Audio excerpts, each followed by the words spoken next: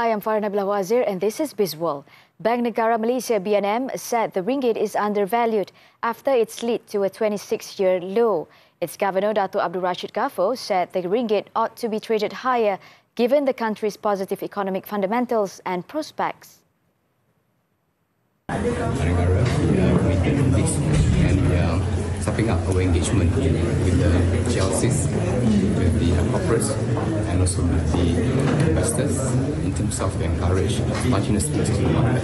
That will help in the Meanwhile, ringgit was pegged at 4.777 against the greenback early trade today. According to analysts, there's not much catalyst for ringgit to appreciate, although technical indicators suggest that the local node is already in the oversold region. Previously, Prime Minister Dato' Sri Anwar Ibrahim said the government is making continuous efforts to address the issue while simultaneously assuring Malaysia's investment figures remain intact.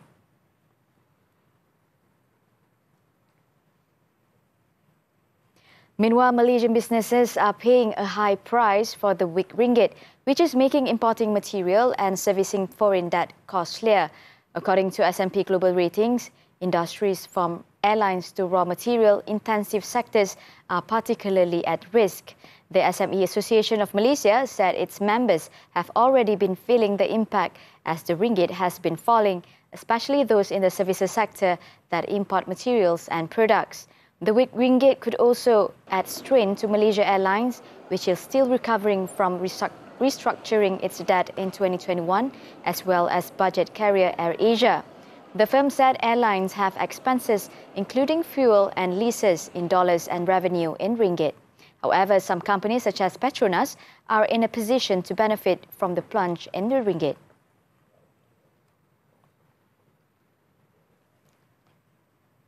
Bursa Malaysia is expected to experience a prolonged bull market, with FBM KLCI reaching 3,000 points in 3 to 5 years.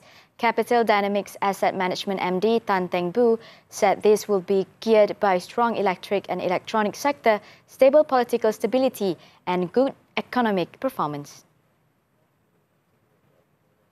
So I think globally, Malaysia is in a sweet spot. Domestically, make sure we have political stability, the government introduce good, sound, long-term policies that can address some of the structural problems.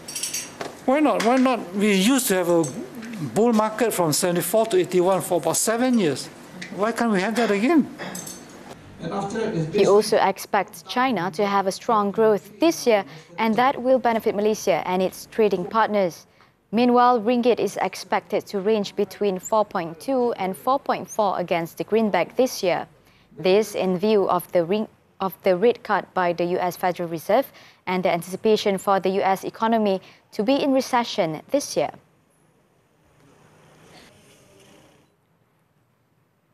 Bursa Malaysia closed higher today. At 5 p.m, the FBM KLCI increased by 11.2 points to 1,558.80 points. However, losers led gainers with 570 against 548 counters, while 410 counters traded unchanged.